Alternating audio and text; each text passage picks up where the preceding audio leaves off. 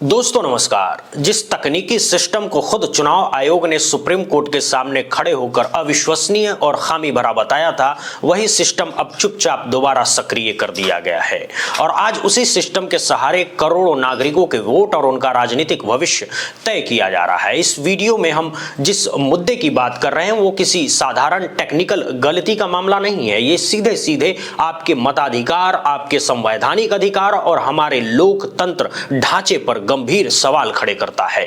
चुनाव आयोग, जिसे हम लोकतंत्र की निष्पक्षता का संरक्षक मानते आए हैं, आज खुद संदेह के घेरे में खड़ा नजर आ रहा है।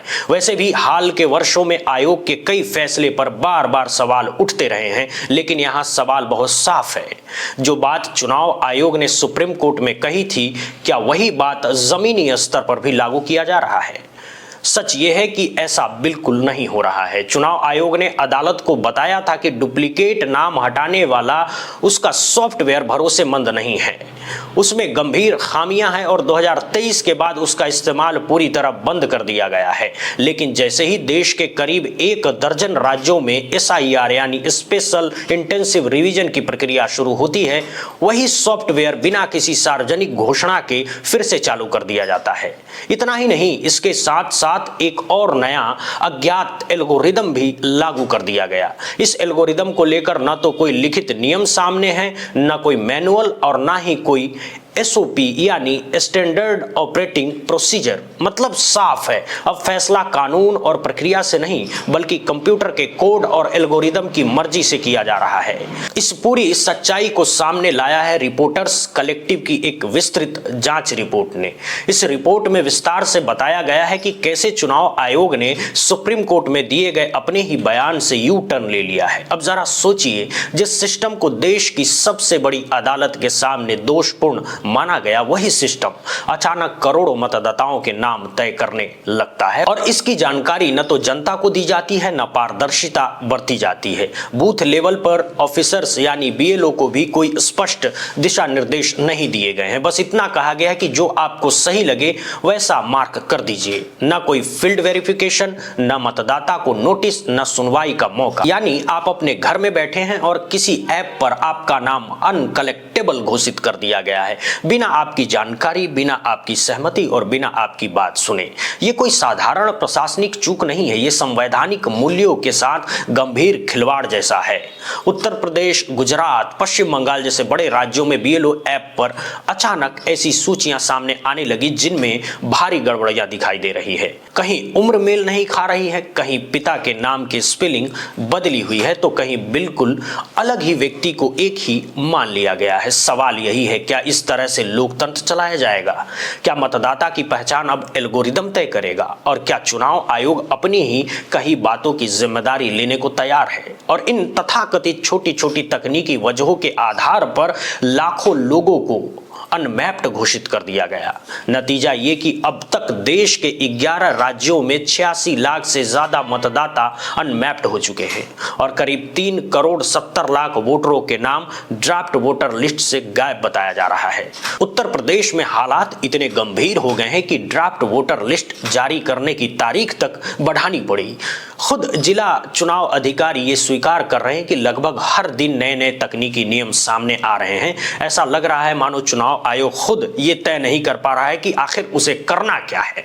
एक तरफ लगातार वोटरों के नाम कट रहे हैं, दूसरी तरफ नए नियम और नए रेगुलेशन लाए जा रहे हैं। इसका सीधा असर जमीनी स्तर पर काम करने वाले लोगों पर पड़ रहा है, खास तौर पर BLO यानी बूथ लेवल ऑफिसर पर, जिन्हें इन बदलते नियमों को समझाने और लागू करने में भारी परेशानी हो रही है। सबसे बड़ा सवाल यही है कि जब मुख्य चुनाव आयुक्त ने खुद अक्टूबर में ये सार्वजनिक रूप से कहा था कि डुप्लीकेशन हटाने वाला सॉफ्टवेयर इस्तेमाल नहीं किया जाएगा, तो फिर ये अचानक यू टर्न क्यों ले लिया गया? क्या लोकतंत्र में फैसले बिना किसी जवाबदेही के बदले जा सकते हैं? जब पत्रकारों और रिपोर्टर्स ने चुनाव आयोग से नियम, प्रोटोकॉल और एसओपी दिखाने को कहा तो आयोग की ओर से कोई ठोस जवाब नहीं आया, चुप्पी साध ली गई। और जब लोकतंत्र की कोई संवैधानिक संस्था चुप हो जाती है तो डर पैदा होना स्वाभाविक है। यह समझना जरूरी है कि वोट सिर्फ एक नाम नहीं होता, वोट आपकी पहचान है।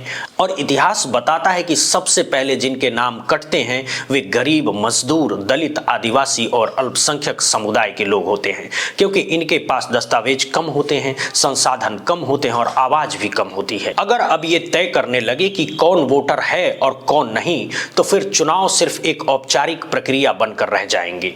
ये तकनीक का इस्तेमाल नहीं बल्कि तकनीक का दुरुपयोग है। अदालत में कुछ और कहा जा रहा है और जमीन पर कुछ और ही हो रहा है। जो रिपोर्ट्स सामने आ रही है वो बेहद चिंताजनक है। अगर आज वोटर लिस्ट से नाम काटे जा रहे हैं तो कल चुनाव के नतीजे कौन और कैसे तय करेगा। इसीलिए ये मुद्दा बेहद गंभीर है। इसे किसी एक पार्टी का मुद्दा समझने की गलती मत कीजिएगा। यह कहना आसान है कि विपक्ष सवाल उठा रहा है क्योंकि उसे अपने वोटों की चिंता है, लेकिन सच्चाई यह है कि इसका असर हर नागरिक पर पड़ता है।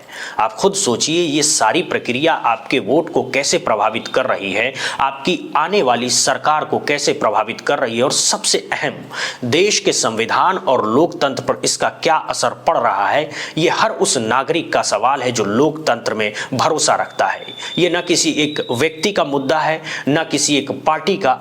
अगर चुनाव आयोग जवाबदेह नहीं हुआ, अगर पारदर्शिता नहीं आई और अगर नियम लिखित रूप में सामने नहीं आए तो आने वाले हर चुनाव पर सवाल खड़े होते रहेंगे, क्योंकि लोकतंत्र मशीन से नहीं चलता, लोकतंत्र भरोसे से चलता है। और जब भरोसा टूटता है तो सिर्फ एक वोट नहीं कटता, लोग अपना भविष्य खो देते हैं। बिना घर घर जाकर जांच किए, बिना लोगों को सूचना दिए, सिर्फ एक गुमनाम सॉफ्टवेयर के भरोसे इतनी बड़ी वोटर लिस्ट साफ कर दी गई। यूपी, पश्चिम बंगाल और गुजरात के अधिकारी खुद कह रहे हैं कि उन्हें समझ नहीं आ रहा है कि आखिर हो क्या रहा है। हर दिन नया नियम, हर दिन नया निर्देश और जमीनी अमला खुद असमंजस में है। अब दूसरी तरफ देखिए, पश्चिम बंगाल, असम और दूसरे राज्यों में चल रही एसआईआर यानी वोटर लिस्ट वेरिफिकेशन की प्रक्रिया को लेकर लगातार आरोप प्रत्यारोप सामने आ रहे हैं। पश्चिम बंगाल में इसे लेकर विवाद हम पहले से देख ही रहे हैं। सवाल सिर्फ इतना है, क्या लोकतंत्र को इसी तरह बिना पारदर्शिता और जवाबदेही के चलाया जाएगा? इस बीच तृणमूल कांग्रेस के सांसद अभिषेक बनर्जी ने बेहद तीखे सवाल उठाते हुए सीधे तौर पर चुनाव आयोग को कटघरे में खड़ा कर दिया है। अभिषेक बनर्जी ने साफ कहा है कि करीब 1 महीने पहले चुनाव आयोग से 5 सीधे और स्पष्ट सवाल पूछे गए, लेकिन 1 महीना बीत जाने के बाद भी आयोग की ओर से कोई जवाब क्यों नहीं आया। उन्होंने कहा कि जब कोई संवैधानिक संस्था चुप हो जाती है तो स्वाभाविक तौर पर शक पैदा होता है। अभिषेक बनर्जी ने ऐलान किया कि 31 दिसंबर को दिल्ली जाएंगे और चुनाव आयोग से वोटर लिस्ट सार्वजनिक करने की मांग करेंगे। उन्होंने चेतावनी दी कि अगर इसके बाद भी आयोग ने वोटर लिस्ट जारी नहीं की तो शांतिपूर्ण तरीके से ही सही, लेकिन चुनाव आयोग के दफ्तर का घेराव किया जाएगा। उनके शब्दों में अब ये धैर्य का नहीं, अधिकार का सवाल बन चुका है। उन्होंने बेहद सख्त लहजे में कहा कि चुनाव आयोग आखिर छिपा क्या रहा है, किसके इशारे पर फैसले लिए जा रहे हैं और क्यों आयोग का हर कदम भारतीय जनता पार्टी के राजनीतिक हितों को साधता हुआ नजर आ रहा है। यहां तक कि उन्होंने चुनाव आयोग के प्रमुख को यह याद दिलाया कि वो किसी राजनीतिक दल के आयुक्त नहीं हैं। अभिषेक बनर्जी ने 2 टूक कहा कि या तो आयोग वोटर लिस्ट सार्वजनिक करे या फिर देश से माफी मांगे। सबसे गंभीर आरोप ये लगाया गया है कि पश्चिम बंगाल में 1,36,00,000 मतदाताओं को तार्किक विसंगति के नाम पर संदिग्ध घोषित कर दिया गया, लेकिन यह नहीं बताया गया कि किस सॉफ्टवेयर के जरिए, किन नियमों के तहत और किस आधार पर यह फैसला लिया गया। अभिषेक बनर्जी ने यह भी सवाल उठाया कि बूथ लेवल ऑफिसर्स यानी बीएलओ पर इतना दबाव क्यों है, काम समय पर क्यों नहीं हो पा रहा है और क्यों इस अव्यवस्थित एसआईआर प्रक्रिया ने जमीनी कर्मचारियों की जान तक ले ली।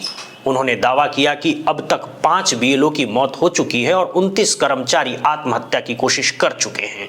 सभी का एक ही कहना है कि वे इस दबाव को झेल नहीं पा रहे हैं। वहीं दूसरी ओर चुनाव आयोग ये दिखाने की कोशिश कर रहा है कि बीएलओज पर कोई दबाव नहीं है। आयोग अपनी सफाई में वीडियो जारी कर रहा है, ये दिखाते हुए कि कैसे बीएलओज को ट्रेनिंग दी जा रही है, वे खुश हैं, डांस कर रहे हैं और बिना किसी दबाव के काम कर रहे हैं। लेकिन सवाल यही है, अगर वाकई बीएलओज इतने खुश हैं और उन पर कोई दबाव नहीं है तो फिर इतने लोग अपनी जान लेने की कोशिश क्यों कर रहे हैं? क्यों कई लोग अपनी जान गंवा चुके हैं? यही सबसे बड़ा सवाल है। अभिषेक बनर्जी ने कहा कि ये सिर्फ आंकड़े नहीं है बल्कि सिस्टम की क्रूरता का जीता जागता सबूत है। उन्होंने ये भी कहा कि चुनाव आयोग ने एक ही दिन में ये दावा कर दिया कि 7 करोड़ डेटा की जांच कर 1 करोड़ 36 लाख विसंगतियां पकड़ ली गई। सवाल ये है कि ये कैसे संभव है? किस तकनीक से, किस पारदर्शिता के साथ ये पूरा काम किया गया? और अगर सिस्टम इतना ही भरोसेमंद है तो फिर नामों की सूची सार्वजनिक नहीं की जा रही है। अभिषेक बनर्जी ने बीजेपी के उस दावों पर भी कड़ा हमला किया जिसमें कहा जाता है कि बंगाल में 1 करोड़ घुसपैठिए हैं। उन्होंने सीधा सवाल पूछा कि अगर एसआईआर का मकसद घुसपैठियों की पहचान है तो बताइए 58 लाख संदिग्ध में से कितने बांग्लादेशी हैं और कितने रोहिंग्या हैं? नाम बताइए, आंकड़े दीजिए। उन्होंने ये भी पूछा कि अरुणाचल प्रदेश, मिजोरम, मेघालय और त्रिपुरा जैसे राज्यों में एसआईआर क्यों नहीं कराया गया? क्या इसीलिए कि वहां से राजनीतिक फायदा नहीं मिलेगा? और अगर सबसे ज्यादा नाम उत्तर प्रदेश में हटे हैं तो वहां सूक्ष्म पर्यवेक्षक क्यों नहीं लगाए गए, जबकि पश्चिम बंगाल को जानबूझकर निशाना बनाया जा रहा है? अभिषेक बनर्जी ने यह भी दावा किया कि चुनाव आयोग में बैठे कुछ वरिष्ठ अधिकारी, जिनमें डीजीपीआई आयुक्त भी शामिल हैं, गलतियां होने की बात निजी तौर पर मान रहे हैं। उन्होंने कहा कि उनके पास इससे जुड़े चैट रिकॉर्ड्स भी मौजूद हैं। सवाल यह है कि अगर गलतियां हो रही हैं तो उसकी कीमत आम वोटर क्यों चुकाए? उन्होंने साफ कहा कि अब यह मामला सुप्रीम कोर्ट तक जाएगा, क्योंकि जब लोकतंत्र की बुनियाद यानी वोट पर ही सवाल खड़े हो जाएं तो चुपचाप रहना गुनाह है। ये तमाम बातें अभिषेक बनर्जी ने मीडिया से बातचीत के दौरान कही। बहरहाल अब सबसे बड़ा सवाल यही है कि क्या चुनाव आयोग ने सुप्रीम कोर्ट के सामने सच नहीं बोला? और रिपोर्टर्स कलेक्टिव की इस रिपोर्ट पर आप क्या सोचते हैं? अपनी राय नीचे कमेंट बॉक्स में जरूर बताइएगा। ऐसे ही अहम और भरोसेमंद अपडेट्स के लिए देखते रहिए बुद्धा इंस्पायर्ड। बहुत बहुत धन्यवाद, बहुत बहुत शुक्रिया दोस्तों।